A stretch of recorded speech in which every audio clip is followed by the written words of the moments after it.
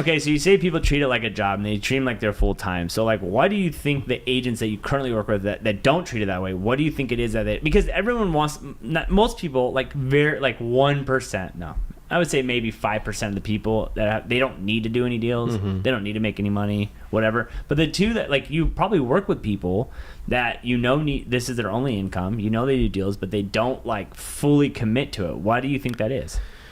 I just think that it's because a lot of people get into real estate for the freedom of the schedule, and when they get into real estate, they realize that it's not freedom of the schedule. It's now your schedule's 24/7, and it's very, very hard for folks that aren't necessarily self-motivated or self-starters to dedicate 8 to 2 to prospect or money making activities. What are you doing today that's going to help you make some money? And if you got into this because of the freedom of the schedule and the flexibility in the schedule, it's probably the wrong reason. Yeah, like straight up. And I hate to be blunt like that. That's why you're on the podcast. It's the 100K podcast, right? Well, but it's so crazy to me because you over the years, I've been doing this 8 years now, and I've had so many conversations, I've done so many panels, I've done so many talks, whatever, and then you're just like, yeah, you need to do this, and they're like, yeah, and then like they don't do it. It's like I try to figure, I can't like calculate in my head, like, why don't you just quit then? It doesn't make sense to me, dude. That's one of my biggest frustrations, to be quite honest with you, is I'll devote an entire 2-3 hours to go meet with an agent for the first time, right? They finally give me the shot. Yeah, let's go. And I bring all the bells and whistles. 9.5 times out of 10, they don't have a title order to give me that day. It's all good, dude. Yeah. My business is a lot like agents' business, where I do all my work up front, and I'm praying to God when it's time to go look at houses, they're going to choose you for an agent, and you're going to choose me when it comes to writing title on the RPA, right? So I do all my work up front. But what frustrates me, or what disappoints me a little bit, is I'll invest a ton of time, I'll show you all the bells and whistles, and then nothing gets done. Or it takes years. It takes, and then it turns into, what have you done for me lately? And it's just like, but when they do get a listing, it's what have you done for me lately?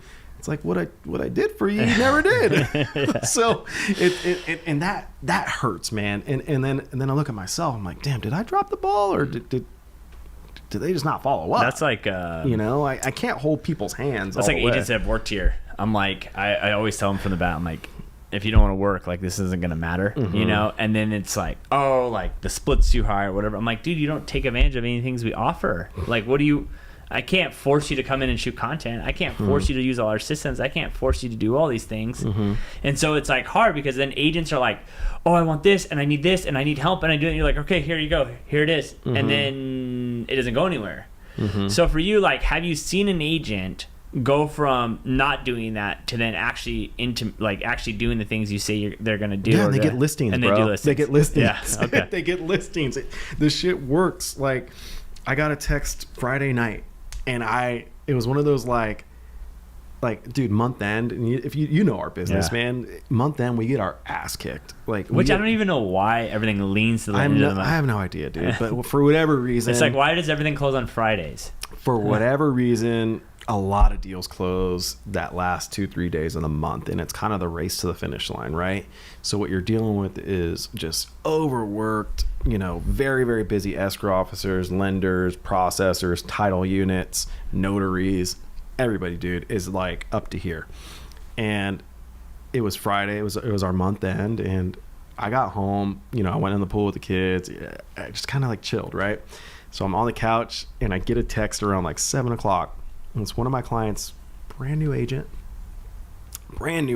full-time job elsewhere, but she committed to real estate. She heard me talk at an office meeting. She reached out to me. Vince, I really want to set an appointment. Okay, that's interesting. That's right? the first. Yeah, all right, cool. She held her appointment. She confirmed. I was like, this is cool. Like, I felt like, okay, you see the value in like what I'm providing. And we just did some basic circle prospecting around where she lives in Ontario. And she said, I want to focus on these homes. She drew it out on a map for me. I said, yeah, no problem. I found, I don't know, I think I don't know the exact number, but it was less than 50 likely sellers, you know, people raising their hand. I want to give this new agent the best shot at getting a listing. I said, focus on these 50 people. So we just did we drew up, you know, a simple template, helped her out a little bit. She got them out on her own. And that was like 3-4 months ago. So Friday night, month end, I'm exhausted. You know, kids are screaming, and I get a text from her. She's like, hey, Vince, just want to let you know, just want to say thank you. I went on my first listing appointment from the letters that you made me send out and held my hand to make sure we sent them out, and I'm going to get the listing. I told Barb, I said, babe, like, it works. Yeah. Like, what I'm doing is working. Yeah. Like, this is Isn't that the proof. most frustrating thing in our job? It's like you do all this stuff and you're like, does it even work? And then and then you're like, it does work. It does work. It does work. Works, dude. Yeah. Like, we worked. Like, we went to work, and we, you know, made a very clear, you know, battle plan, so to speak. And if she gets one listing from it, dope. But she got a call back from it. So Yeah. it's like, dude, it works. Yeah. So It's so exciting when something you do works, and you're like, I mean, in the corner over here we have like 50 more CMAs going out, and it's like those, when you get that call and you're like, oh my god, it worked. Someone actually, like, what people, I have a listing coming up in 2 weeks. I've been sitting that person's CMAs since 2019. Yeah.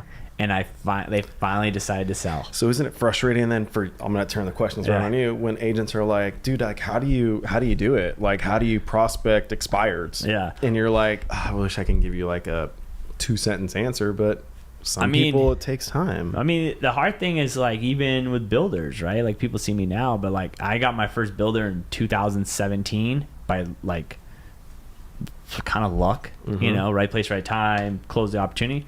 And then I met a builder that year. I didn't do a real project with him for 2.5 years. Yeah. 2.5 years. I was still having to follow up, check in on him. Do you need anything? Let me run numbers for that project. Let me do this for you. Let me do that for you. I wasn't making a dime. And then we put the houses on the market.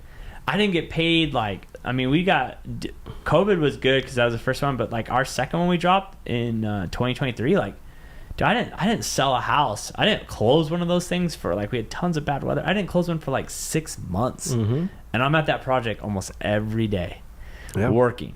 Yeah. And people are like, oh, must be nice. And I'm like, yeah, switch me 1 second. Dude, I relate Switch me 1 day. Try 1 day. And I'm like, and I'm not getting like 3% a pop on these. I'm getting 1%. Yeah.